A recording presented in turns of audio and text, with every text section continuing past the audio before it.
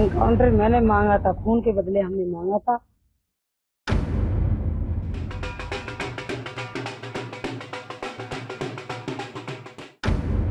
पंद्रह दिवस के भीतर उक्त अवैध भवन कब्जे को हटाने अनिश्चितता की स्थिति में वैधानिक कार्रवाई करते हुए स्वयं वे हटा दिया जाएगा।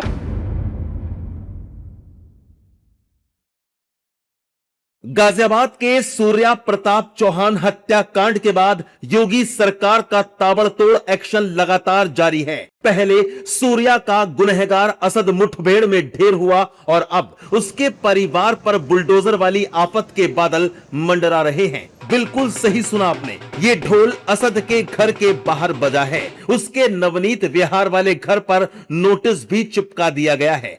गाजियाबाद प्रशासन ने लाउड स्पीकर और ढोल नगाड़ों के साथ पूरे मोहल्ले में ऐलान किया कि अगर 15 दिनों में कब्जा नहीं हटाया गया तो प्रशासन का बुलडोजर चलना तय है। असद के घर के बाहर नोटिस लग गया है। वहीं स्थानीय लोग योगी सरकार के इस फैसले का स्वागत कर रहे हैं। बिल्कुल अच्छा किया है।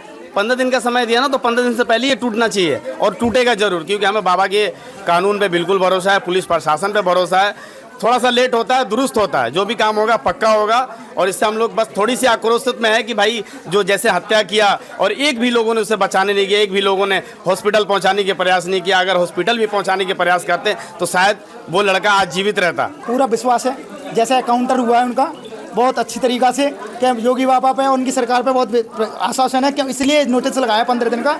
जो इसमें सामान है, जो अफवाह उड़ाई जा रही थी घर बेच दिया है, अगर शायद उसका सामान होगा वो निकाल के ले जाएगा। ये घर तो टूटना ही टूटना है, ये ऐसी बात है, पक्का टूटेगा। कार्रवाई जो योगी बाबा कर रहे हैं वो सही कर रहे हैं और करेंगे भी, और करना भी चाहिए। और हम तो यही चाहते हैं कि इस घर के साथ साथ जो सात अपराधी हैं उनके घरों पर भी बुलडोजर चलना चाहिए।